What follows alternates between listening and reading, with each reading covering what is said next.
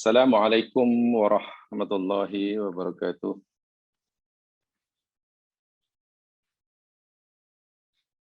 Innal hamdalillah nahmaduhu wa nasta'inuhu wa natubu ilaihi wa nastaghfiruh.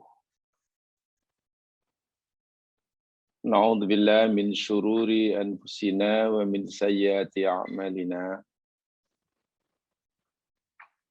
May yahdihillahu fala mudhillalah wa may yudlil fala hadiyalah. Asyhadu an la ilaha illallah wahdahu la syarikalah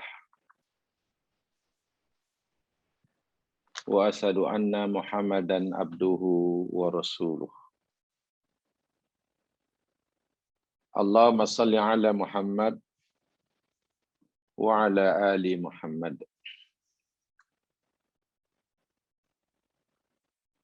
Qala Allah Ta'ala fil Qur'anil Azim ba'da a'udzu billahi minasyaitonir rajim. Ya'lamu annamal hayatad dunya la'ibu wa lahwu wa zinatu wa tafakhurum bainakum wa takathurun fil amwali wal aulad.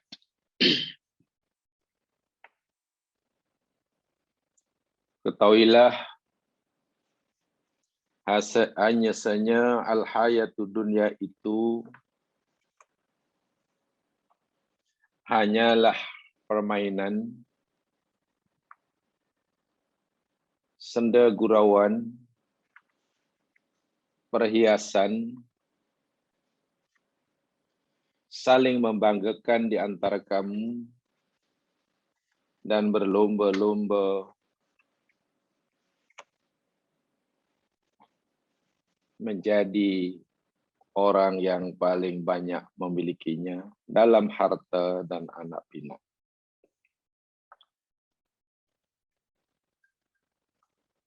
Bismillahirrahmanirrahim. La yadurru ma'asmi syai'un fil ardi wala fis sama' wa huwas sami'ul alim. Bismillahirrahmanirrahim. La yadurru ma'asmi syai'un fil ardi wala fis sama' wa huwas sami'ul alim.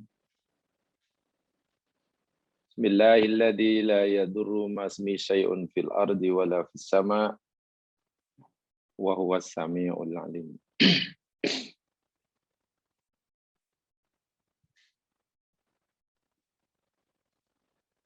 Allahumma faqihna fid din wa 'allimna at-ta'wil. Amin ya rabbal alamin.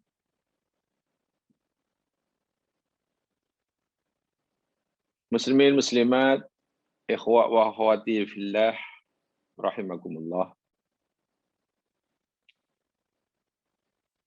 Insyaallah pagi hari ini kita akan teruskan seri kajian kita kaitan dengan hakikatul hayatid dunya.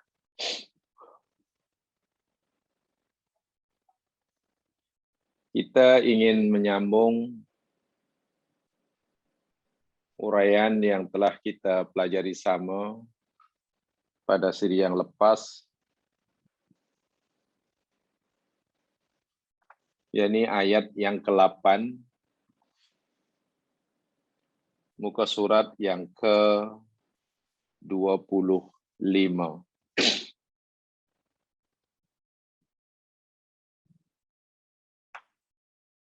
Saya ulangi, pada seri lepas kita telah pelajari uraian, sebagian uraian, penjelasan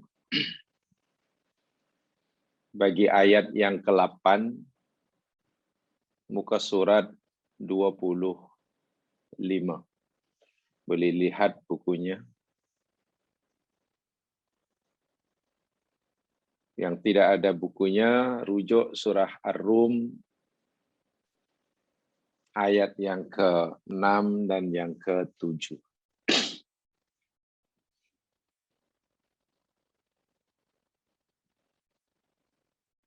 Kesimpulan penting daripada uraian siri yang lepas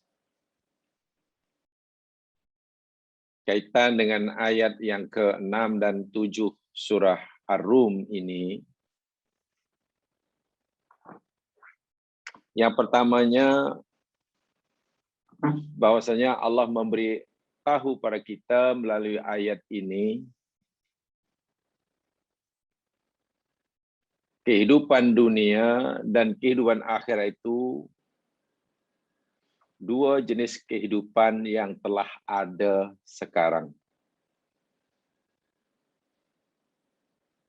Dunia telah ada sekarang, yakinlah kita, kata kita sedang berada sekarang ini. Namun akhirat pun sebenarnya sudah ada berdasarkan ayat ini.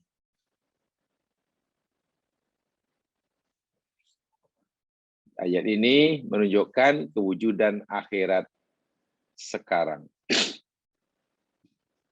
Dari mana kesimpulan ini diambil oleh ulama tafsir? Kesimpulan ini diambil daripada kalimat di dalam ayat itu, ayat ke-7, yakni ya'lamuna zahiram minal hayatid dunya. Mereka mengetahui yang zahir daripada kehidupan yang sekarang. Ini bermakna al-hayat atau kehidupan ini ada dua sisi. Satu sisi yang zahir, yang satunya sisi yang batin. Zahirul hayat, yakni yang sekarang. Sisi kehidupan yang zahir, yang nampak, yang kita rasa, ya ada sekarang ini. Namanya ad-dunya. Jika ada zahirul hayat, mana ada batinul hayat. Ada kehidupan yang batin, maksudnya ada kehidupan di sebalik yang ada sekarang ini. Nah, kehidupan yang ada di sebalik yang ada sekarang yang zahir ini, itulah namanya kehidupan akhirat. Itu maksudnya.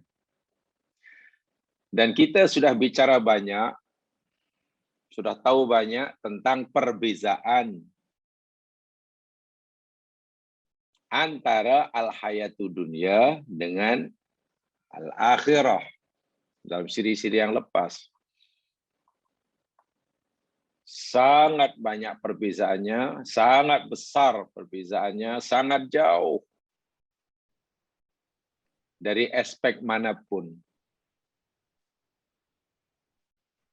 Dari jangka hayat tidak sama, dari segi hakikat tidak sama, daripada segi fungsi tidak sama, macam-macam lah. Kalau di sini bersifat sementara, maka dalam kehidupan batinul hayat tadi bersifat kekal. Jika di sini adalah tempat beramal, maka di sana nanti tempat menerima balasan. Dan seterusnya, dan seterusnya. Malangnya, berdasarkan ayat ini, kata Allah Subhanahu wa Ta'ala yang mencipta manusia, ramai sekali, bahkan aktar, majoriti manusia,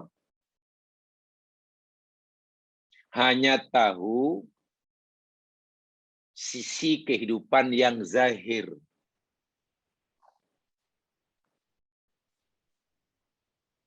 Kebanyakan mereka layak lamun.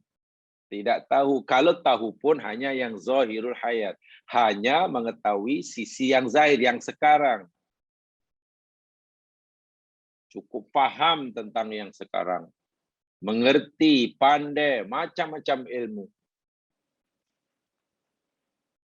Kalau gunakan bahasa mungkin yang lebih agak keras, kebanyakan manusia lebih pakar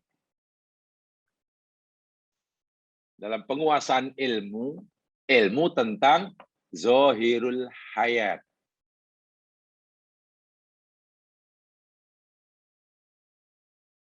Kebanyakan mereka.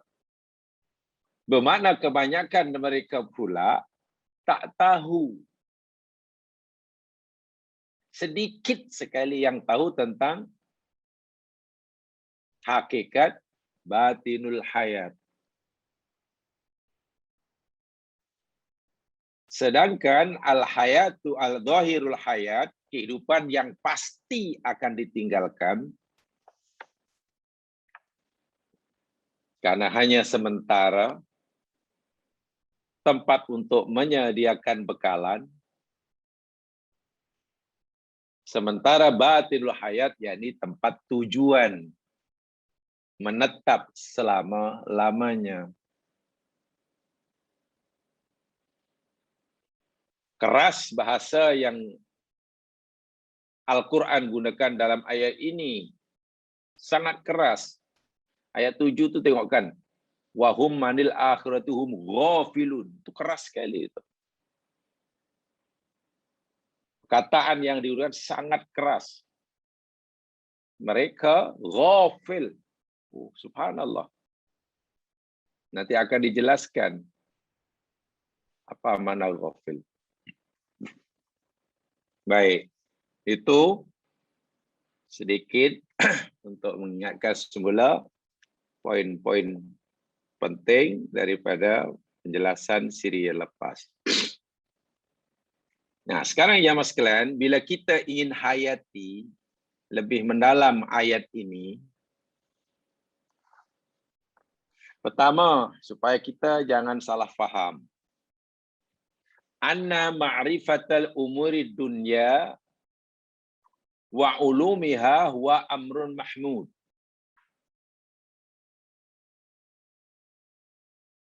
Saya ulangi, supaya kita tidak salah faham tentang apa yang disampaikan tadi.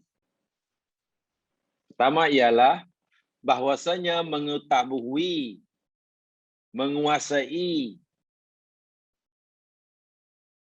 urusan-urusan dunia yang ada sekarang, menguasai ilmu untuk mengurus kehidupan yang sekarang, bukanlah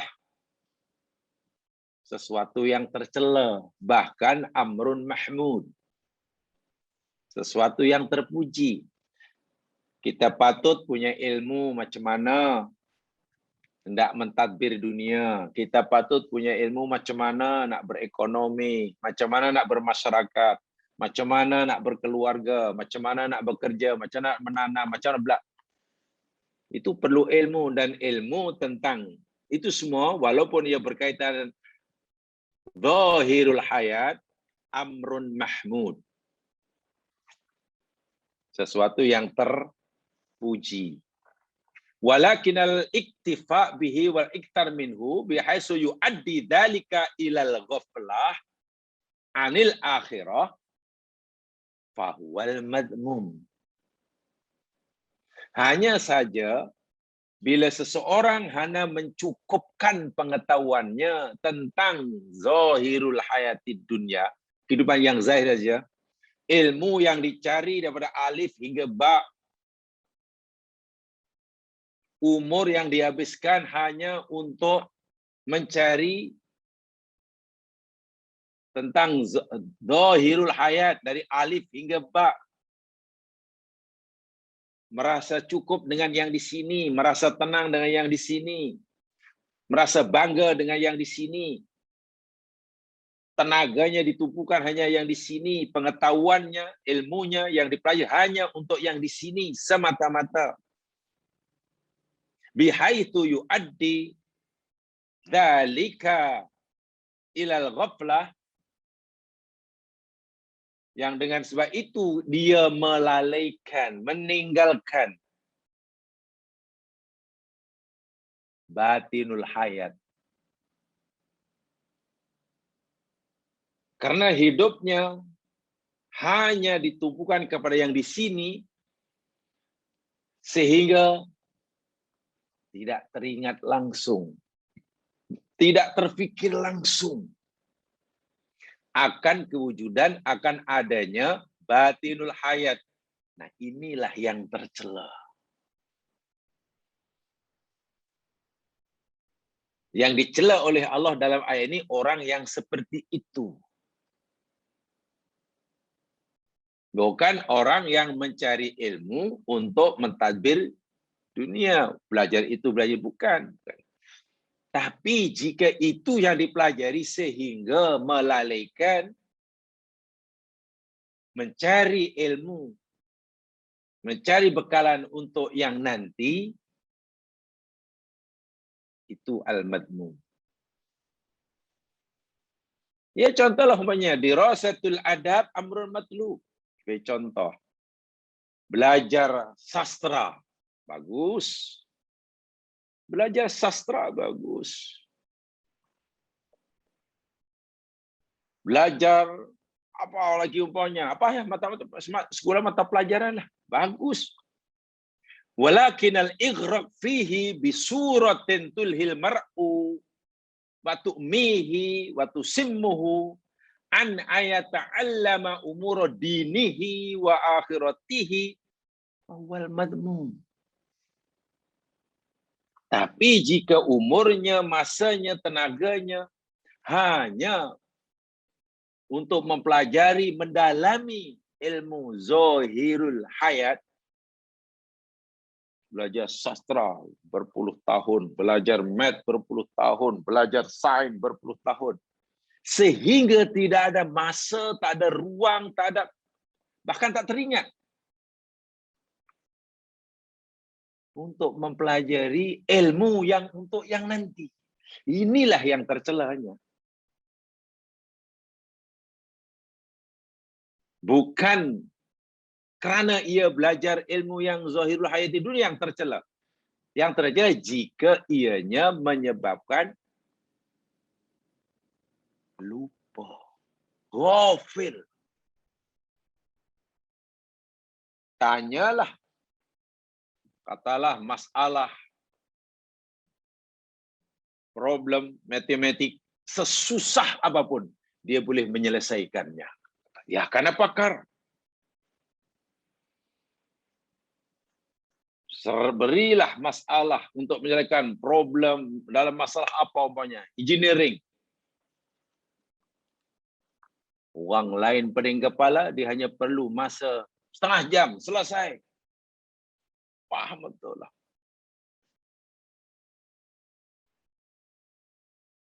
Apa yang dia tidak dikuasai?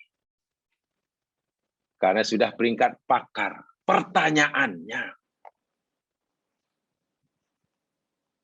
jikalah ilmu yang berkaitan dengan zahirul hayat pun hingga pakar, bahkan masih belum puas dengan kepakarannya, masih ingin menggunakan, memperuntukkan tenaganya, masanya, untuk lebih pakar, lebih lagi, sehingga tak ada masa, tak ada tenaga, tak teringat pun untuk memahami ilmu-ilmu yang berkaitan dengan yang di sana. Dan minta maaf boleh katakan jahil tan di sana. Sehingga tidak ada persiapan apa yang patut dilakukan ya untuk di sana. Apa ya nanti bila ditanya malaikat, itu tak ada dalam pikiran dia. Inilah yang Allah cela di dalam ayat ini. Sedangkan sepatutnya, sebagaimana yang kita pelajari dalam tajuk yang lain, ilmu-ilmu yang dikuasai tentang aspek zahirul hayat, hendaklah ia dijadikan alat, wasilah untuk memudahkan ia memahami, meyakini apakah yang berkaitan dengan batinul hayat. Itu yang dicela. Al-ghaflah. Nah, itu ada kalimat ghaflatun anil akhirah. Tapi bab yang di sini, apa yang dia tidak tahu? Semuanya tahu. Bahkan jamaah sekalian, kalau kita baca kitab yang selalu saya sebutkan, Madarijus Salikin, Baina Manazili Iyyaka na'budu wa iyyaka nasta'in, dikarang oleh Ibnu Qayyim Al-Jauziyah, Masya Allah. Juga dalam kitab Az-Zuhdu, kitab Zuhud namanya, dikarang oleh Imam Ahmad, beliau berikan contoh sangat sinikal sekali. Tidak pelik bagaimana, dalam bahasa lebih kurang begitu terjemahnya, kamu menguasai ilmu tentang tumbuh-tumbuhan, katalah. Pakar botani. Pakar sungguh. Tapi kamu sedikit pun tidak punya kesabaran dalam hidup bila diuji. Coba. Untung atau rugi orang seperti ini? Dia seorang saintis. Karena dia pakar tumbuh-tumbuhan. Dia seorang saintis, pakar binatang. Menguasai ilmu zoologi. Pakar bintang, pakar tulang, pakar kulit. Semua pakar lah. Pakar ekonomi. Kan hebat. Tapi bagaimana jika adalah orang ini diuji sedikit pun tidak sabar, dibagi nikmat jangankan sedikit, banyak pun tidak syukur, berhadapan dengan qada dan qadar Allah tidak ridha. Coba apa arti, apa manfaat ilmu yang dimiliki tadi? Ya karena dia tidak tahu mungkin perlunya sabar, perlunya qanaah, perlunya syukur, perlunya ridha. Ilmu-ilmu tentang ini mungkin tidak terfikir langsung bagi orang-orang ini. Wah, itulah nanti yang akan menentukan bahagia atau sengsara hidupnya selepas yang di sini. Tapi alangkah mulianya seseorang di dunia mempunyai banyak kepakaran. Di dalam zahirul hayat, dia orang yang punya banyak kepakaran dalam bidang, pelbagai bidang disiplin ilmu. Pada yang sama-sama rupanya Masya Allah. Diuji Allah bila dapat ujian dalam usahanya, dalam kehidupannya. Jangankan ujian yang ringan. Ujian yang berat pun dia tersenyum. Karena dia tahu melihat ujian itu adalah tanda kasih sayang Allah. Bila mendapat kejayaan, jangankan kejayaan yang besar. Kejayaan kecil pun baginya, ini wajib aku syukuri. Bila berhadapan dengan ketetapan Allah, qada dan qadarnya, seburuk apapun, baginya, menurut dia redha. Dia tahu dia hamba patuh kepada sujudnya makin lama selepas ia mengetahui keajaiban organ tubuhnya, karena dia maklum pakar organ tubuh. Wiridnya makin panjang setelah ia mengetahui keajaiban mata yang Allah anugerahkannya. Luar biasa orang sebenarnya, luar biasa. Itu yang Allah maukan. Masalahnya dia hanya paham yang zahir, menguasai yang zahir, ghafil kepada yang batin. Al-ghaflah. Ya mas sekalian, memang adalah perbezaan di kalangan ulama bahasa Al-Quran. Mereka membezakan antara ghaflatun, ghafilun, dengan sahwun, sahun. Sahun. Ghafilun. Sahun. Ghaflah. Ghaflah ini jamaah sekalian, yakni takunu amma yakun. Orang ghaflah yakni orang yang lalai tentang apa yang akan berlaku.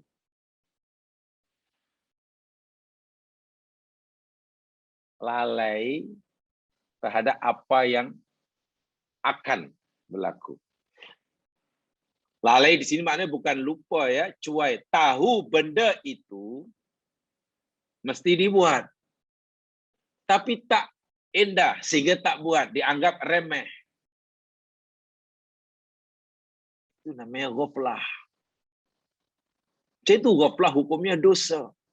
Dosa besar. Tahu benda itu perintah Allah. Tetapi dia tak tergerak hati untuk melakukannya. Menganggapnya remeh, menganggapnya tak perlu, menganggapnya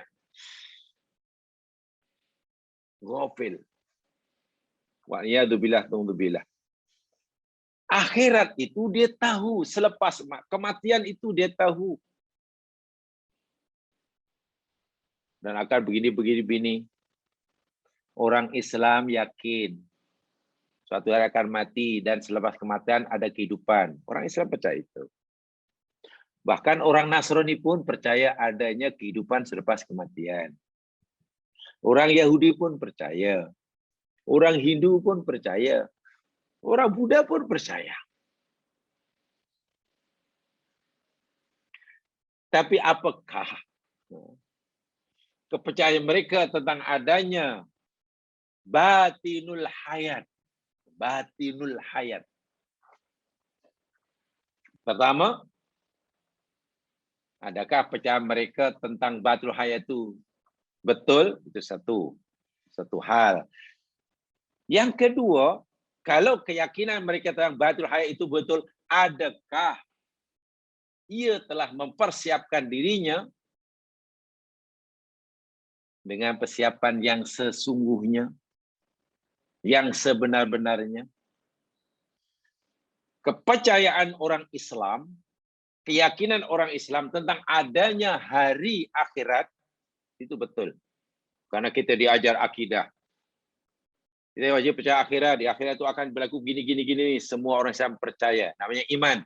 InsyaAllah semua orang Islam meyakini dan keyakinan tentang akhirat InsyaAllah betul lah. Sahih. Tapi cukupkah kita bahagia di akhirat hanya karena keyakinan kita tentang akhirat itu betul? Belum cukup. Karena keyakinan kita yang betul tentang batinul hayat tidak memberi kesan yang berarti bagi kita di sana tanpa menyediakan bekalan. Tanpa semasa hidup kita mengutamakan yang di sana. Bukan itharul hayati dunia. Gitulah. Apa artinya kita tahu suatu hari kita akan mati dan kita akan ditanya, kita akan dihidupkan, lalu kita akan dipertanggungjawabkan, tapi kita tidak ada persiapan. Apakah keimanan kita itu boleh menolong? Tidak, sekalian. Banyak kesalahan. Apakah seorang mukmin pasti masuk surga hanya karena dia yakin dan iman surga itu ada? Tidak. Belum. Keimanan itu wajib. Tapi sekadar iman tanpa ada persiapan, bekalan yang mencukupi untuk membolehkan dia masuk surga, ya tidak akan masuk surga lah. Walaupun dia yakin syakirnya surga itu ada. Seseorang mukmin yang yakin 100% neraka itu ada, tempat siksa, belum cukup untuk memerdekakan dirinya pada neraka tanpa kesediaan. Mesti meninggalkan amalan-amalan yang menyempatkan dia dalam neraka. Termasuk orang yang lalai akhirat dalam ayat ini, orang yang walaupun meyakini adanya surga dan neraka, tetapi di dunia Dia sering melakukan amalan-amalan yang menjerumuskannya dalam neraka. Dia yakin akan adanya neraka. Dia tidak mau masuk neraka. Tetapi dalam hidup, ketika ia menjadi kehidupan di sini, seringkali melakukan perkara-perkara yang justru akan mencampakkannya dalam neraka. Orang ini termasuk ghafil. Subhanallah.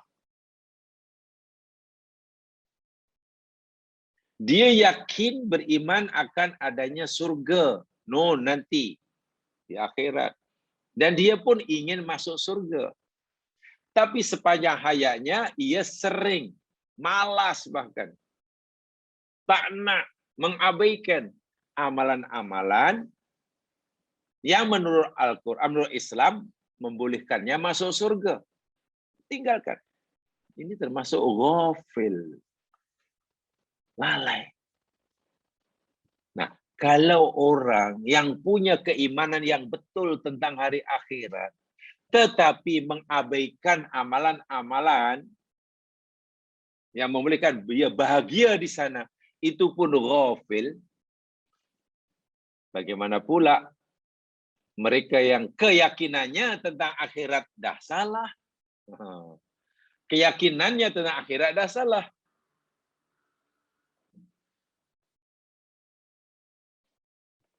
Kemudian amal perbuatannya pun tak adalah yang membolehkan, yang nampaknya membolehkan masuk surga. Bahkan banyak perbuatannya yang menyebabkan kelak masuk neraka. Oh, itu double ghafil. Ini malang sekali.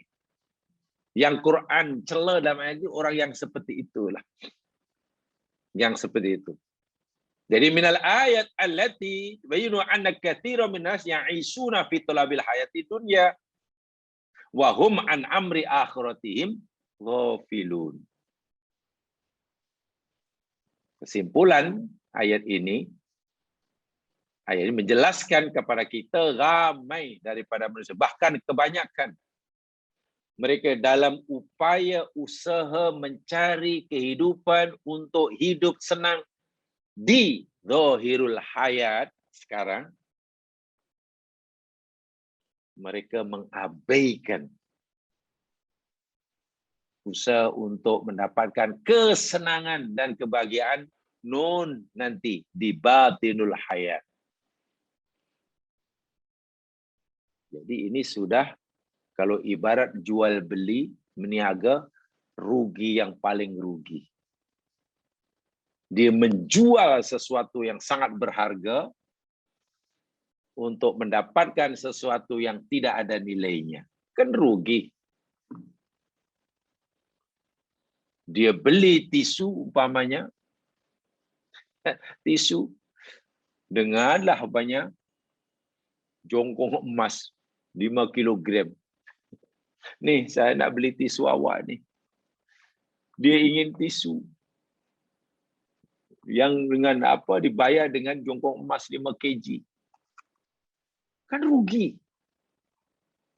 Kenapa yang begitu berharga diberikan hanya untuk mendapatkan yang remeh? Kenapa akhirat yang sangat berharga, tujuan hidup, dijual untuk mendapatkan subhanallah. Ya'lamuna zahiral minal hayati dunya ilmuhum munhasirun fid dunya wa aidan la ya'lamu dunya kama hiya. Allahu akbar. Bila Allah berfirman mereka hanya mengetahui yang zahir daripada kehidupan dunia, artinya ilmu mereka itu hanya terhad, hanya berkaitan dengan zahirul hayat. Itu pun layak lamu dunia kamahya. Itu pun pengetahuan mereka tentang dunia ini tidak sebagaimana yang semestinya. Ar-Razi lebih sinikal sekali. Orang-orang ini kata Ar-Razi, orang yang Allah sebut dalam ini, ilmu mereka itu hanya terhad ilmu berkaitan dengan al-hayatud dunya semata-mata. Itu pun ilmu mereka tentang haid sunat itu tidak sebagaimana yang semestinya. Kan lagi teruk itu. Karena apa? Karena mereka hanya nampak yang zahir dan buta kepada yang di sebaliknya. Saya tidak ingin menyampaikan ayat ini yang dipahami oleh ulama-ulama yang hati ya. Ulama yang lebih berkaitan membicarakan hati itu agak berat saja kan. Sebab bagi mereka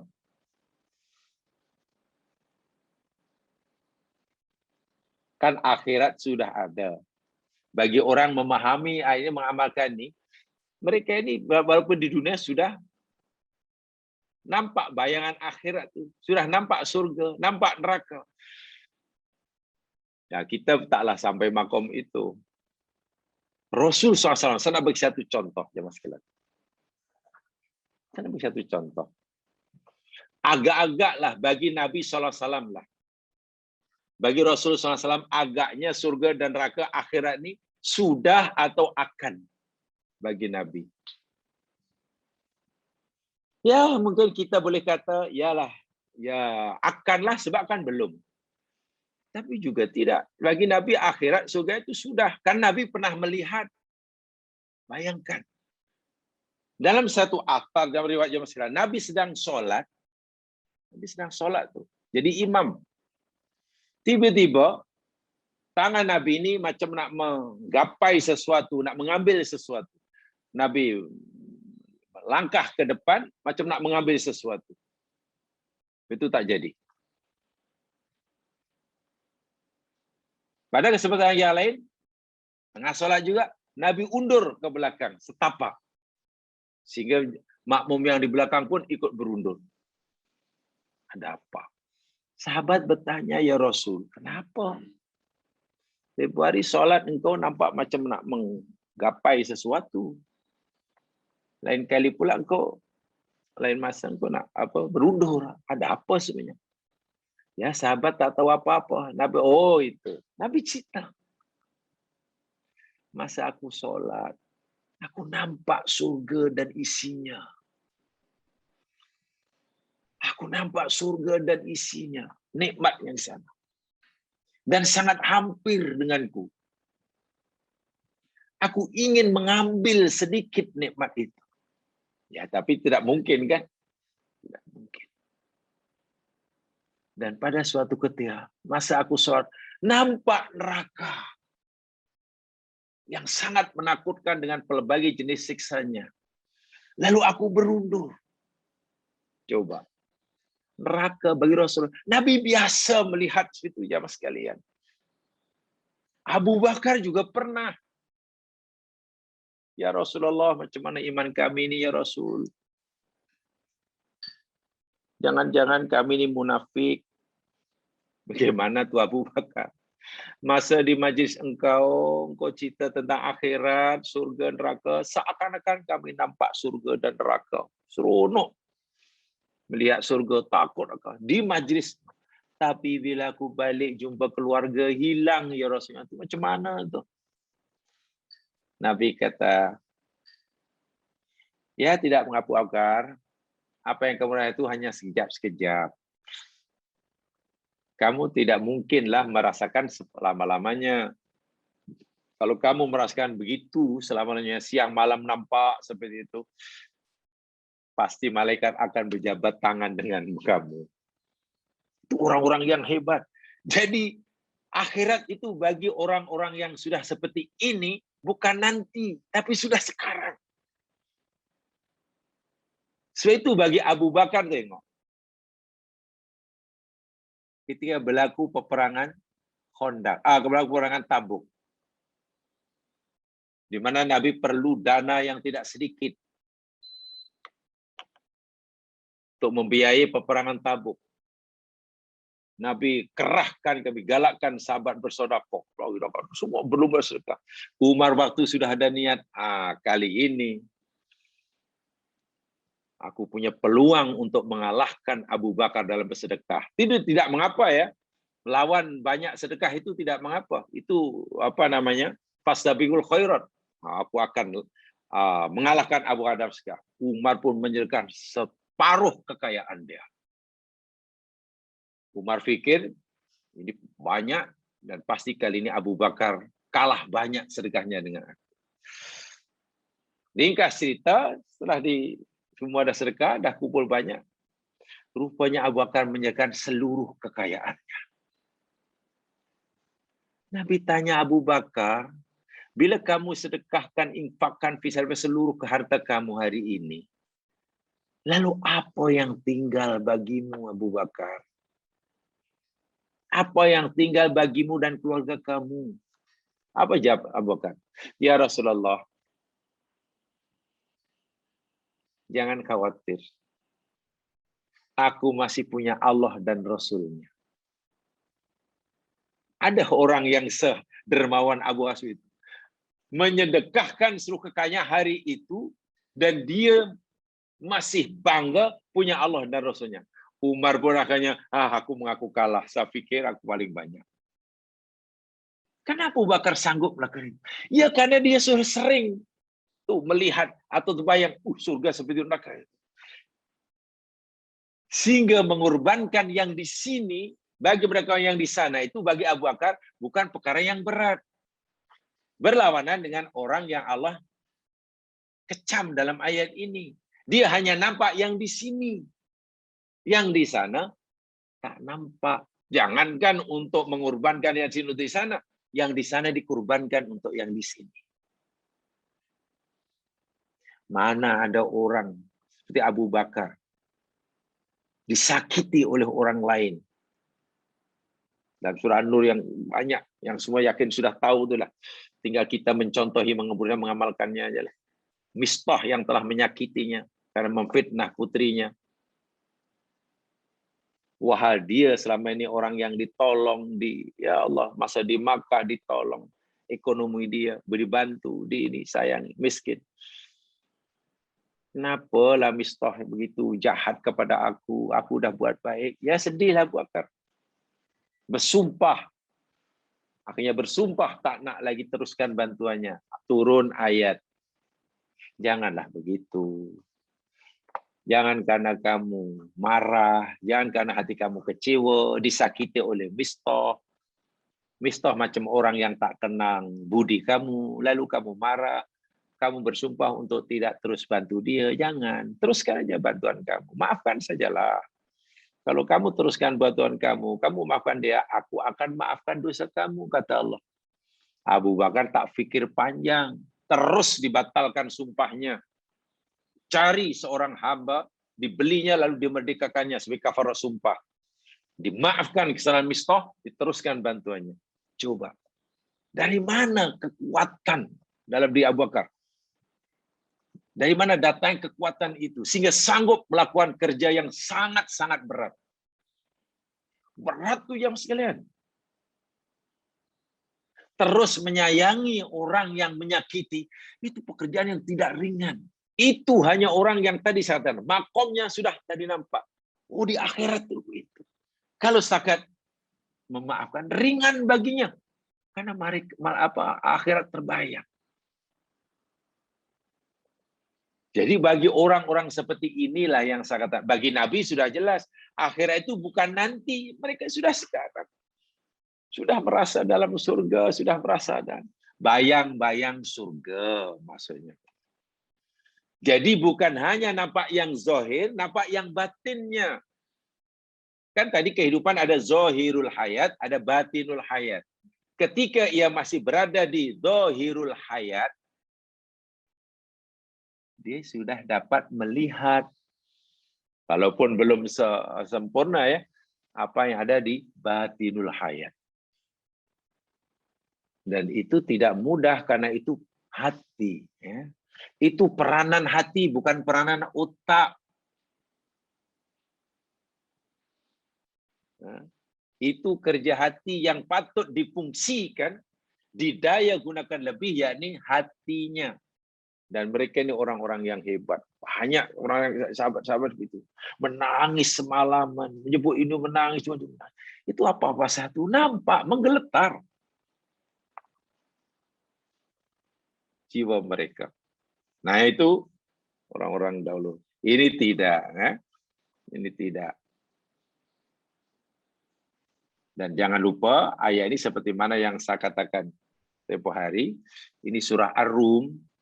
Permulaan surah Ar-Rum itu pemberitahuan Allah bahwa Rom yang sekarang sedang dikalahkan Parsi, beberapa tahun akan datang, akan berlaku peperangan untuk yang kesekian kalinya, dan Rom akan memperoleh kemenangan yang hilang gemilang. Saat Rom memperoleh kejayaan nanti, orang mukmin pun gembira karena pertolongan Allah. Itu kan yang gaib, itu yang batin. Yang nampak saat itu, yang zahir pada masa turunnya surah Ar-Rum itu, Rom kalah, Parsi menang. Orang kafir musyrik berpesta pora. Nabi dan sahabatnya sedih karena Rom kalah. Itu yang zahir. Yang tak nampak oleh sahabat itu, yang tak nampak oleh orang kafir itu apa? Beberapa tahun nanti kemudian akan berlaku peperangan dan masa itu Rom menang. Orang mukmin pun gembira karena kemenangan Rom, orang mukmin gembira karena pertolongan Allah. Kemenangan dalam perang Badar. Itu yang tak nampak. Nah, itu yang tak nampak. Jadi ayat ini kaitannya dengan dari awal-awal lagi sudah nampak. Si orang kafir, apalagi makin gelak lah. Ya, nampaknya Muhammad dan sahabat ini mimpi di siang hari agaknya. Ada ke Rom boleh mengalahkan Parsi, sekarang hancur lebur. Nampaknya Muhammad ini peramal, hanya mimpi di siang hari katanya Rom akan, itu pun dia kata hanya bertahun kemudian. Tak masuk akal lah. Nah, mereka buta kepada yang gaib. Kan benda yang akan datang itu termasuk yang batin, yang di sebaliknya. Allah tahu. Ya, Nabi gembira karena ini janji Allah. Orang mukmin pun menunggu-nunggu. Dan betul beberapa tahun kemudian, tak sampai 10 tahun, dalam 7 tahun. Akhirnya menang. Masya Allah. Jamaah yang dirahmati sekalian, Imam At-Tabari yang dianggap juga Imamatul Mufassirin inilah. Imam At-Tabari dianggap sebagai guru mufassir. Maklum karena ia termasuk mufassir awal. Ya, meriwayatkan daripada ucapan atau iyalah kataan Ibnu Abbas, Abdullah bin Abbas radhiyallahu anhuma, ketika mentafsirkan ayat ya'lamuna zahiran minal hayati dunya. Apa kata beliau? Saya bacakan saja tafsir beliau dalam kitab Tafsir At-Tabari. Yakni ma'ayishahum, mereka hanya mengetahui yang zahir dari kehidupan itu. Maknanya apa? Mereka hanya tahu kehidupan yang sekarang. Kehidupan mereka yang sekarang inilah. Mata yaksudun, bila mereka akan menanam, menuai. Mata yaghrusun, bila ya musim menuai menanam. Bila ya menuai, apa yang patut dibuat ya? Oh, baja. Macam mana nak baja, macam mana air bila. Itu je yang mereka tahu. Tak lebih daripada itu. Yang hanya yang nampak. Hanya yang nampak oleh pandangan mata mereka. Subhanallah. Ali bin Abi Talib, lalu beliau mengatakan juga, dia daripada Ali bin Abi Talib, kata Ali bin Abi Talib, firman Allah, ya'lamuna zahiran minal hayati dunia, itu maksudnya yaknil kufar, itu orang-orang kafir. Betul, itu yakin itu. Ya. Kita yakin. Ya'rifuna imranad dunia, mereka hanya tahu macam mana nak meramaikan bumi. Mereka punya ilmu, punya bagaimana nak membuat, mengubah hutan-hutan belantara menjadi bandar-bandar metropolitan. Itu je yang tahu. Macam mana nak mengubah kawasan paya menjadi tempat-tempat kediaman mewah. Itu yang tahu. Macam mana nak buat itu. Imratul wa hum fi amriddin juhal. Sedangkan mereka ini dalam bab agama jahil. Lagi pedas kata Ali bin Abi Thalib. Kata Ali bin Abi Thalib, ayat ini maksudnya merujuk pada orang-orang yang hanya tahu macam mana nak meramaikan bumi, nak buat pembangunan sana, nak majukan ini, buat itu, buat ini. Itu yang tahu. Tapi bab agama jahil. Akibat kejahilannya dalam agama ketika ia memakmurkan, memajukan bumi, membangun di muka bumi, banyak syariat Allah yang dilanggar. Belum lagi kewajiban-kewajiban individu yang tidak dilaksanakan. Kewajiban yang Allah bebankan pada dirinya sendiri secara individu diabaikan karena jahil agama. Ketika ia berusaha memakmurkan, memajukan bumi, banyak syariat yang dilanggar. Karena jahil urusan agama. Ini kata Ali bin Abi Thalib ya, 14 sahabat yang lalu. Waktu itu Imam Ali dah kata begitu. Ya, sekarang terbukti banyak. Ai inna aktsarun nasi laisa lahum ilmun illa bidunya. Kebanyakan mereka ini tak ada ilmu kecuali hanya untuk yang di sini. Masolihia, macam mana nak sejahterakannya, macam mana nak cukup makan, macam mana nak cukup tempat tinggal, macam mana nak sehat, macam mana nak senang, nak beli barang senang, nak jalan senang. Fahum hadza atqiya fi tahsiliha talabi jurabian. Dalam hal ini mereka cerdas-cerdas belaka, bijak-bijak belaka. Tidak perlu diragui akan kemampuannya. Malangnya hum ghafiluna amma yanfa'uhum fid daril akhirah. Mereka lalai, mereka abai, mereka cuai tentang perkara-perkara yang akan memberikan manfaat kebahagiaan bagi mereka di akhirat. Saya kadang-kadang berpikir begini ya Mas Kan ya. Ini tentang keyakinan ya, memang tidak mudah. Ada satu dulu semasa masih belajar ada kultum ya, istilah kami kultum kuliah 7 menit. Selepas sembahyang subuh ya, di surau atau di masjid kampus itu adalah kultum yang ada. Dan pelajaran disampaikan ini macam-macam. Ada misalnya kan bab akidah ada, bab fikah ada, bab sejarah ada, macam-macam lah. Bahkan bab ihsan, bab akhlak ada. Bab akhlak berkaitan dengan akhlak, dengan hati, dengan keyakinan. Saya teringat contoh yang membuat kita waktu itu, yalah kan susah ya nak meyakini perkara yang gaib kan susah. Nak meyakini kebenaran apalagi gaib kan susah ya. Lalu disampaikan oleh orang yang kita tidak kenali, kita tak jumpa, Nabi Muhammad SAW kan. Nabi Muhammad SAW. Itu kan kita pernah jumpa. Macam mana kita nak meyakini bahawa baginda benar begini. Lalu beliau dalam kisah ini dia bagi contoh. Cobalah kamu fikirkan. Kamu begitu yakin menyerahkan keselamatan dirimu kepada orang yang kamu tidak kenali. Walau orang yang kamu tidak kenali sedang memegang pisau yang tajam. Macam mana kamu boleh begitu yakin kamu selamat di hadapannya? Rupanya dia bagi contoh di kedai gunting. Di Baba itulah. Masuk kedai gunting, apalagi zaman dulu saya masih ingat. Belum ada yang pakai elektrik tu, ada semua pakai gunting, pakai pisau kan. So, dia pakai pisau, bukan jilat itu, pisau. Kamu kenal dengan gunting rambut tu? Tak kenal. Kalau kamu tidak kenal, kenapa kamu begitu merasa aman, begitu percaya bahwa dia tidak akan membunuh kamu? Sedangkan kamu duduk, sambil kamu diselimuti, diikat di leher kamu, dan orang itu pegang kepala kamu, disengitkan ini, sambil membawa pisau tajam. Macam mana kamu boleh merasa aman, merasa selamat, begitu yakin yang dia tidak akan khianati kamu, walau kamu tidak kenal dia? Coba.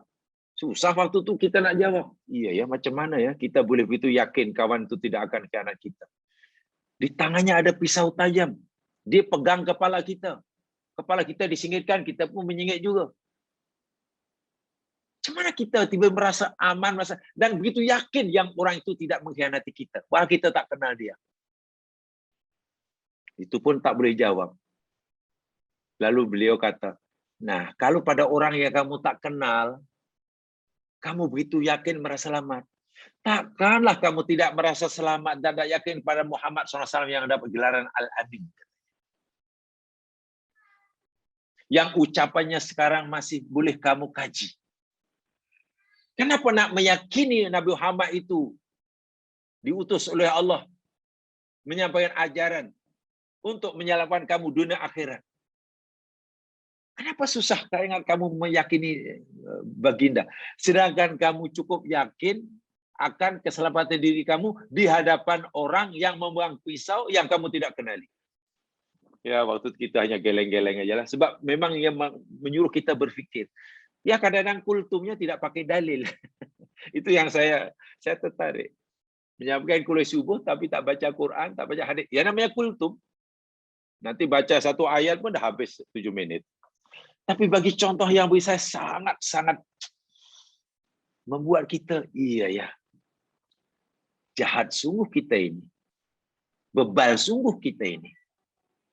Kepada Allah yang buktinya begitu jelas, kasih sayang begitu nampak, pada Muhammad yang sejarahnya bukan rahsia, begitu jelas kasih sayang pada umatnya. Kenapa kita tidak yakin? Sedang kepada tukang gunting rambut yang kita tak kenali, kita duduk di hadapannya, diikatlah, diselimuti dengan kain, diikat di leher. Dia sampai pegang pisau tajam. Kita selamat. Inilah ya Mas sekalian. Yang Ali bahkan menyindirnya sangat alahai. Luar biasa. Keraslah bagi saya ucapan Ali ini. Aikana ka'anna ahadu mughfal ladina lahu al-fitrah. Bagi Ali bin Abi Thalib, orang yang hanya menguasai masalah kehidupan di sini tapi buta akan hak akhirat. Bagi Ali sama dengan apa yang Quran kata tadi. Quran kata layak lamun ya. Tapi bagi Ali, la dhihnalah wala fikrah. Orang ni tak ada akal, tak ada fikiran, tak ada hati. Mana akal pun tak ada, fikiran pun tak ada, hati pun tak ada. Tak tahu apa nama dia. Lebih keras, kalau ikut bahasa Quran agak halus sedikit. La ya'lamun. Tak tahu. Bagi Ali, orang itu tidak punya akal. Tak punya hati. Jadi lebih daripada sekadar bodoh lah maksudnya. Lebih daripada sekadar bodoh. Itu kata Ali bin Abi Thalib. Lebih keras. Lebih keras. Baik, ya mas sekalian. Alhamdulillah kita dihindarkan oleh Allah, diberi petunjuk oleh Allah Subhanahu wa taala, tidak termasuk orang seperti ini. Alhamdulillah kita diberi kemampuan rajin untuk mencari ilmu bagi kemaslahatan kita di sini. Orang berniaga mesti menguasai ilmu perniagaan, kan? Orang yang ingin maju dari ekonomi, ya menguasai ilmu ekonomi. Ada belajar itu, sila. Tapi kita tidak lupa. Kita tidak lupa akan yang nanti. Kalau kita rajin belajar, katalah. Bahasa Jepun belajar, bahasa Tamil belajar, bahasa Jerman. Yang kadang-kadang nak fasih-fasihkan dia punya pronunciation itu pun, salah. Dia punya penyebutan pun malu dalam berbahasa Jepun, bahasa Inggris, sungguh malu. Apa ni? Awak ni cakap Jerman tapi pelat macam Melayu. Awak ni cakap apa namanya ni Jepun, pelat Banjar. Malu. Sehingga berusaha untuk membuktikan macam mana dia punya pronunciation dia. Sanggup. Tapi sesanggup itukah kita? Semalu itukah kita? Jika bacaan Quran tidak fasih, panjang pendek tak ke mana, mat tabi'i, mat asli, mat macam-macam, mat tak erti. Kenapa bila baca Quran tak pandai, tak malu? Sedangkan bila tak mampu bercakap bahasa asing orang putih, rasa segan. Coba. Apa punca dia? Cakap putih, pelat Melayu. Cakap Jepun, pelat Banjar. Wih, segan-segan. Kalau baca Jepun tu, pelat Jepun lah. Akhirnya belajar macam mana supaya sefasih orang Jepun bila cakap Jepun. Sefasih orang Perancis bila berasa Perancis. Tapi segigih itukah dia membetulkan makhraj Al-Quran? Segigih itukah dia membetulkan kaifiah solatnya? Segigih itukah dia mempelajari ilmu agamanya? Sebesar itulah penyesalannya bila ia tidak faham agama, ilmu agamanya. Sebenarnya ia begitu kecewa bila dia tidak dapat memahami ilmu dunianya. Kecewa sungguhlah, saya belajar lama, sungguh saya belajar. Menyesal sungguh saya. Kecewa sangat, sedih sekali. Dah berhari 1 minggu saya kursus ini. Rupanya sekali saya perhatikan tak jadi. Rupanya kursus masak. Belajar masak 1 minggu. Sekali diperhatikan tak jadi. Allah, menyesal. Saya habis masa. Sedih sekali. Malu saya di hadapan orang ramai pula. Dah terlanjur jemput kawan. Masak tak jadi. Wahab baru kursus 1 minggu. Kecewa. Tak apalah kecewa. Boleh kecewa. Yang ingin kita tanyakan, adakah rasa kecewa kita sebesar itu juga nanti jika kita katakanlah tidak memahami agama kita? Itu maksudnya. Kita boleh kecewa bila lepas kursus masak, setelah masak pula gagal, malu pada kawan yang sudah jemputnya, sila tidak salah. Masalahnya adakah nanti bila kita baca Quran, bila kita belajar agama, kita tak tahu selama ini, adakah rasa kekecewaan itu seperti itu juga? Atau lebih besar lagi? Atau sama sekali tidak? Tak apa, agama tak apalah.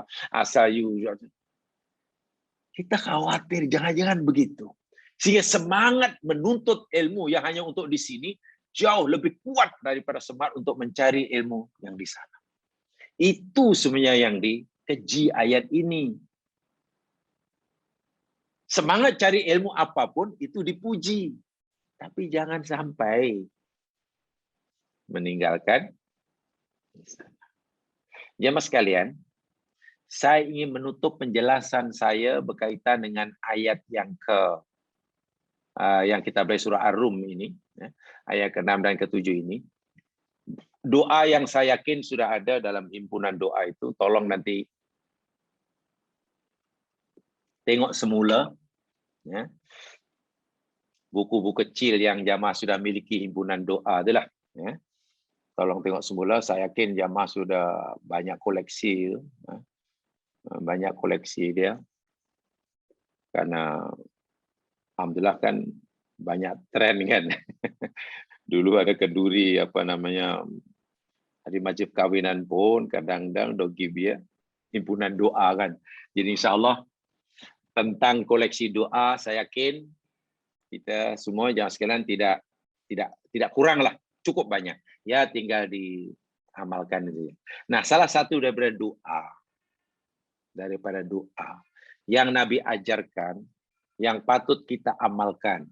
Memanglah doa Nabi patut kita amalkan, tapi salah satu daripadanya, dan saya tertarik karena doa ini sering, bahkan hampir tidak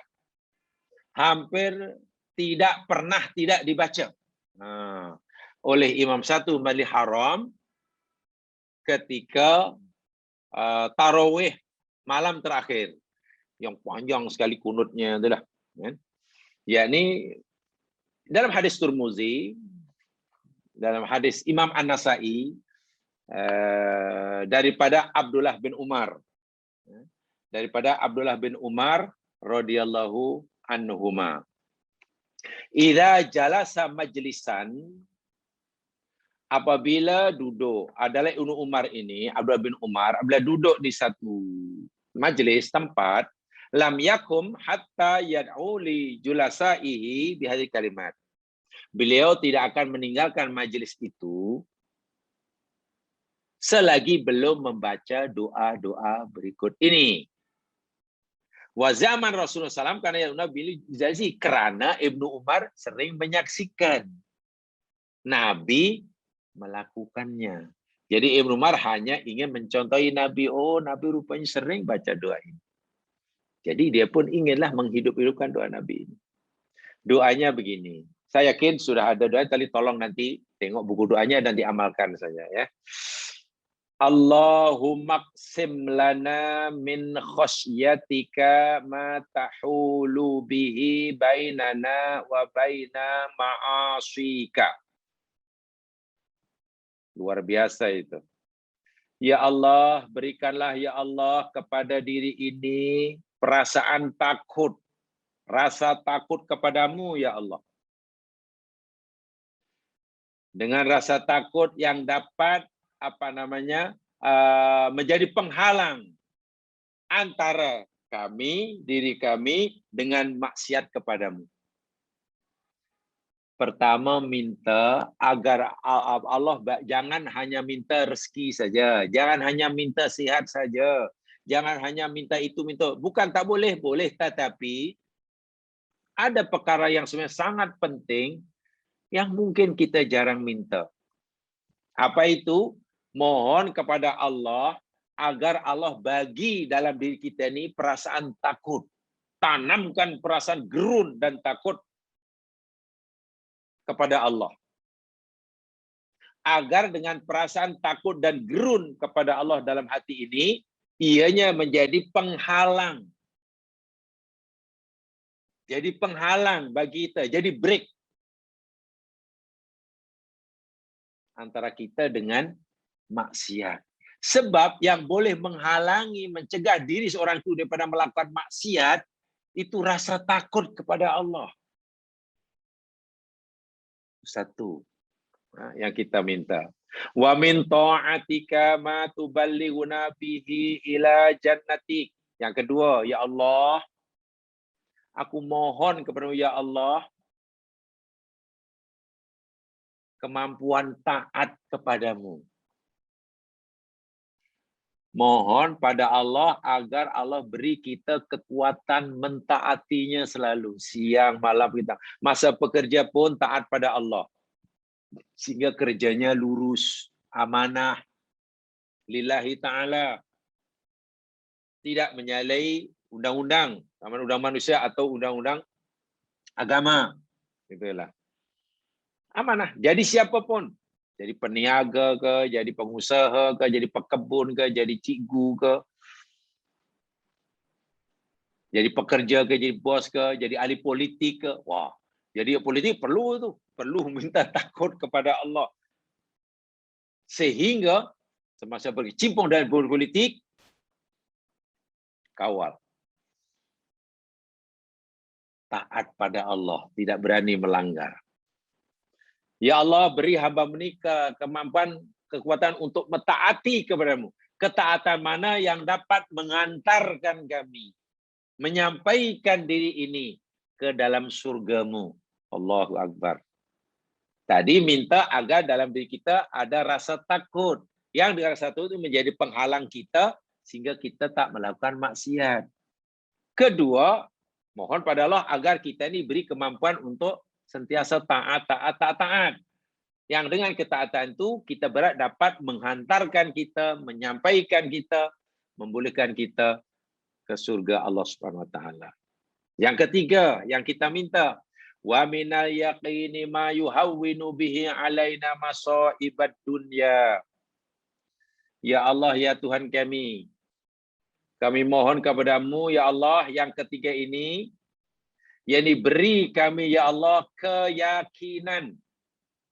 Yakin seyakin-yakinnya pada apa yang Allah firmankan, yang Allah janjikan. Yakin akan kasih sayangnya, yakin akan keadilannya, yakin akan kebijaksanaannya.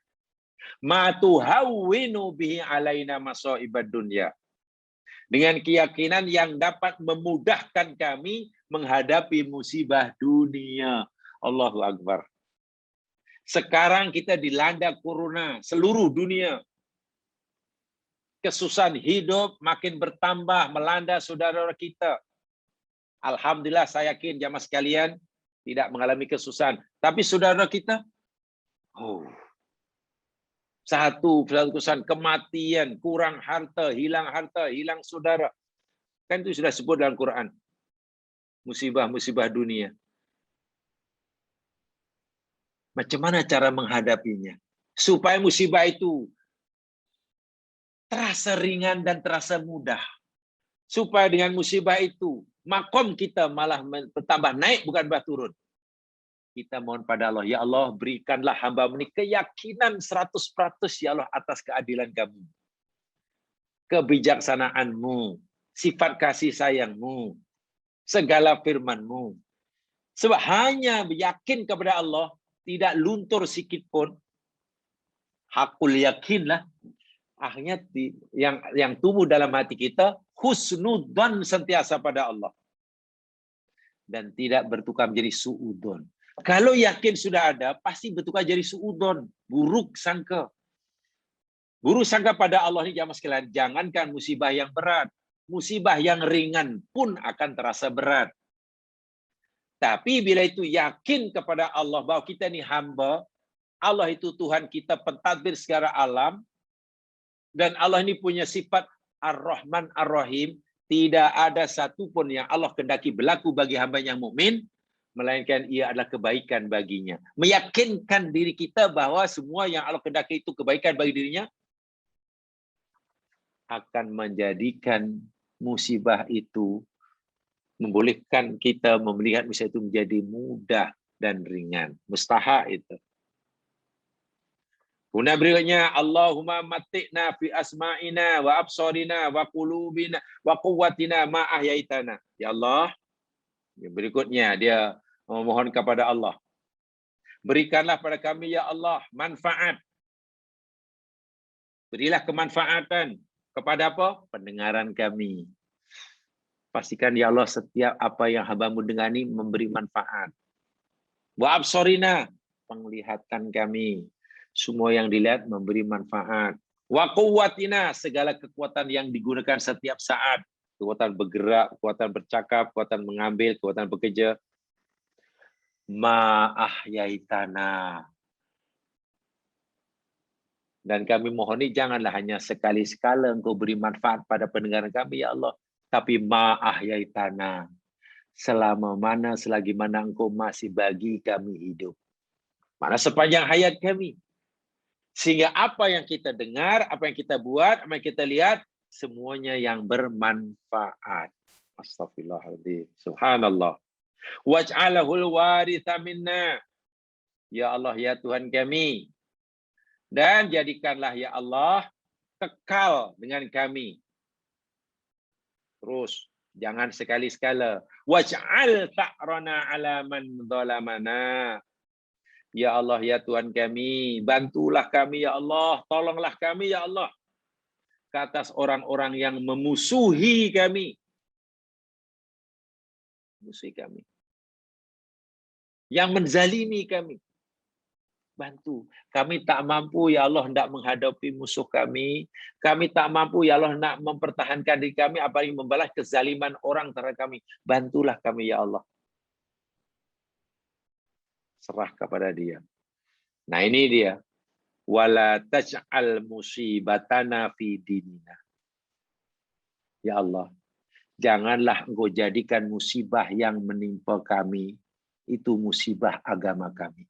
Kalaupun musibah itu Engkau timpakan pada kami, kalaupun Engkau hendak menimpakan musibah kata kami, ya Allah, jadikan musibah itu hanya musibah dunia saja.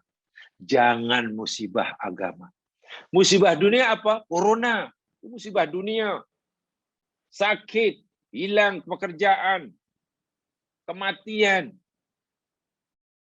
Itu musibah. Tak apa ya Allah, itu musibah dunia. Musibah dunia mana Engkau beri peluang pada kami untuk dapat pahala, bersabar. Kalau musibah agama, itu telah kita pelajari tempoh hari, itu pasti dosa. Sebab kita tak mungkin terelak daripada musibah. Lalu kita mohon pada Allah, ya Allah, jadikanlah musibah yang menimpa kami ini hanya setakat musibah dunia, bukan musibah agama. Wala taj'alid dunya akbaru hammina wala mablagha ilmina. Nah, ini yang berkaitan dengan ayat yang kita pelajari itu, jamaah sekalian. Janganlah juga engkau jadikan dunia ini, zahirul hayati dunia Allah, sebagai sebesar-besar kerisauan kami. Kita memang perlukan dunia, perlukan harta, perlukan uang ringgit. Tapi mohon pada Allah, ya Allah, janganlah dunia ini, janganlah harta benda ini, janganlah uang ringgit ini, ya Allah. Engkau jadikan sebagai sebesar-besar kerisauan kami. Punca kerisauan hidup kami. Tak ada sikit risau. Jangan, ya Allah. Kita boleh risau bila tak cukup makan. Tapi janganlah tak cukup makan itu sebesar-besar kerisauan. Kita boleh risau jika jasad kita, tubuh kita sakit. Berpenyakit. Boleh. Tapi janganlah penyakit yang melanda tubuh badan kita menjadi sepunca sebesar-besar kerisauan kami. Habis apa yang sepatutnya menjadi sebesar-besar kerisauan diri kita? Penyakit hati. Bukan laparnya perut, tapi laparnya jiwa. Bukan karena tersesatnya jalan, tak tahu jalan nak pergi ke rumah kawan, tapi tersesatnya jalan menuju surga. Bukan kerisauan karena gagal mencapai cita-cita matlamat tertentu dan meraih cita-cita dunia. Tapi takut, risau jika gagal. Bahasa mudahnya menjawab soalan munkar nakir. Oi, takut sungguh ya Allah, macam mana nanti kalau tak lulus periksa ini peperiksaan ni untuk kenaikan pangkat jawatan. Risau sungguh lah. Boleh risau. Tapi janganlah ini sebesar kerisauan kita. Yang patutnya menjadikan sebesar kerisauan kita, yakni macam mana kalau tak boleh jawab soalan kubur. Soalan di akhirat. Itu sebenarnya menjadi kerisauan terbesar. Bukan setakat kerisauan tak boleh jawab soalan peperiksaan untuk kenaikan jawatan ke apa, ke belakang lamaran kerja ke apa, gagal itu kan. Luar biasa doa Nabi ini. Wala tusallit alaina man la yarhamna. Ya Allah, janganlah engkau beri kekuasaan ke atas kami kepada orang yang tidak mengasihi kami. Oh, luar biasa yang hujung tu ya. Jangan engkau beri kekuasaan memerintah ke atas kami kepada orang, ke tangan orang yang tidak sayang kami. Boleh ini dibaca bila-bila masa. Kenapa? Karena kita mungkin sebagai rakyat lah, di mana saja pasti susah. Jika kuasa itu di tangan orang yang tak sayang kita, kan susah. Dan Nabi mengajar kita, ya Allah, janganlah. Kalau kau nak bagi kekuasaan yang kamu miliki pun, ya Allah, berikanlah kuasa itu ke tangan orang yang sayang kepada kami yang dipimpin. Yang ambil berat pada. Itu. Ini Nabi yang mengajar ini. Ya, sangat sesuai untuk akhir-akhir ini kita baca ini. Ini doa Nabi ini, mas sekalian. Yang berkaitan dengan ayat yang kita pelajari tadi. Janganlah engkau jadikan dunia, zahirul hayat dunia ini sebesar-besar kerisauan kami. Saya kata kita boleh risau jika gagal berniaga, rugi, sakit, hilang barang, boleh. Tapi janganlah ianya menjadi sebesar-besar kerisauan kita. Mohon ya Allah. Allah, mohon agar Allah tidak menjadikan sebab sebesar-besar kerisauan yakni yang di sana. Kalau setakat tak mampu jawab pertanyaan peperiksaan, ujian untuk kenaikan jawatan lah umpamanya, kod ada bukan? Awak boleh ni, awak kena interview dulu untuk dapat jawatan ni kata. Kalau ya memanglah Itu tak apa, gagal boleh cari yang lain. Tapi jika gagal menjawab soalan muka nakir itu macam mana? Kan susah. Walaupun soalan malaikat muka nakir, soalan di akhir ini semua telah dibocorkan. Semua dibocor. Kan semuanya berlaku di kubur itu sudah dibocorkan oleh Allah sendiri melalui nabinya. Apa yang aku di akhirat nanti ditanya dia akan semua dibocorkan. Allah sendiri yang membocorkannya. Jadi kalau dalam bahasa agak kasar tuh, kalau kita lulus tuh memang Masya Allah, tak tahulah. Pintu surga sudah di tangan. Miftahul jannah la ilaha illallah. Kunci surga itu la ilaha illallah. Dan kita sudah ada la ilaha illallah. Wah, sudah di tangan itu.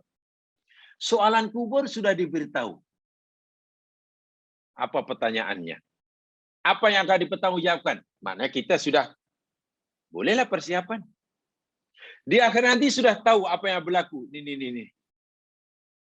Pintu surga sentiasa terbuka.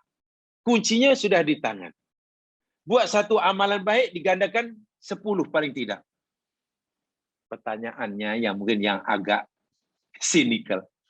Kalaulah ada orang tak masuk surga, ya gimana ya, apa nak kata? Kalau soalan sudah dibocorkan tapi tak lulus, tak tahulah macam mana nak cakap. Kan begitu kan Mas? Ini yang perlu kita renung untuk diri kita sendiri. Ya puncanya satu, ghafil. Itu punca dia, ghafil. Lalai, tidak mengambil berat. Karena terlalu mengutamakan yang di sini. Dia hanya paham yang di sini. Zahirul haidnya. Macam mana nak itu, macam mana nak ini. Betul ya Mas kalian ya. Betul. Uang ringgit, duit, uang itu mustahak. Betul. Penting. Penting. Harta itu penting. Duit itu penting. Uang itu penting. Betul.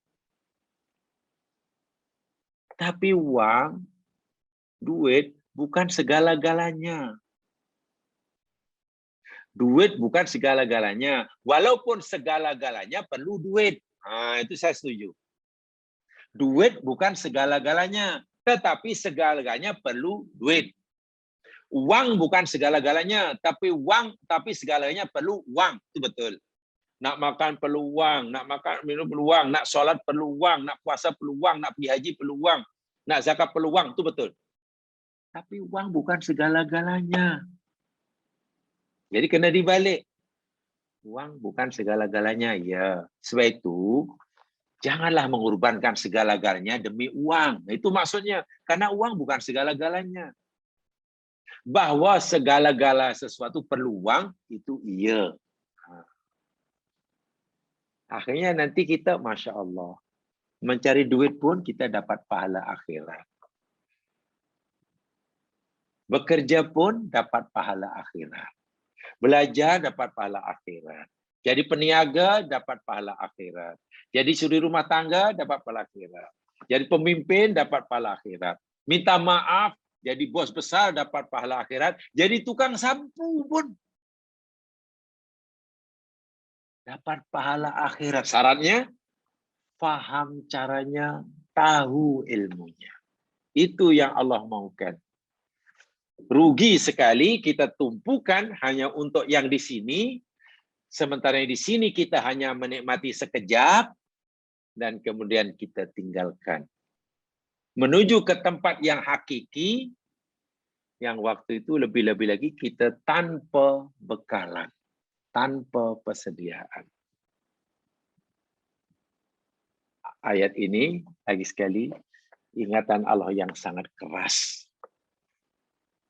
kepada umat Islam khasnya, bagaimana Allah membimbing, mengajak kita melihat kehidupan yang zahir ini seperti apa. Jangan sampai karena kita terpesona melihat yang zahir ini seakan-akan segala-galanya, hingga batinul hayat tidak terlintah, tidak ada dalam rancangan dalam kehidupan, dalam jadwal hidup tidak ada. Oh, subhanallah. Atau kalau ada pun hanya sampingan, itu masih rugi. Mudah-mudahanlah kita dimudahkan oleh Allah Subhanahu wa taala untuk menjalani kehidupan ini sesuai dengan kehendaknya. Pesanan saya lagi sekali pada diri saya dan juga pada jamaah sebagai tawasau bil haq ya istilahnya. Tolong doa yang saya bacakan tadi yang jasakin jamaah sudah ada menyimpan himpunan doa-doa maksud itu, saat ini tolong itu dibaca selalu doa tadi. Cukup baik. Saya sangat tertarik isinya masalah minta rasa takut kepada Allah agar Allah letakkan rasa takut kepadanya supaya dengan rasa takut itu dapat menghalang kita dari melakukan maksiat. Kan hebat itu. Mohon pada Allah agar Allah bagi kekuatan untuk taat yang dengan kata itu membolehkan kita masuk surga. Kan waduh. Luar biasa lah. Ya di samping minta sehat, minta berjaya, minta apalah bahagia, minta hilangkan musibah, itu tidak mau. Tapi jangan doa-doa yang bernilai ukhrawi itu kita ghafil. Sebab Allah punya kedua-duanya. Dunia milik Allah, akhirat milik Allah. Kenapa kita tak minta kedua-duanya? Kenapa hanya minta satu dan buang yang satu? Apa yang dibuang itu lebih berharga. Itu yang perlu kita pikirkan. Wallahu alam, mudah-mudahan diberkati oleh Allah. Mantuk dengan bacaan tafsir. Subhanakallahumma wa bihamdika asyhadu an la ilaha illa anta astaghfiruka wa atubu ilaik.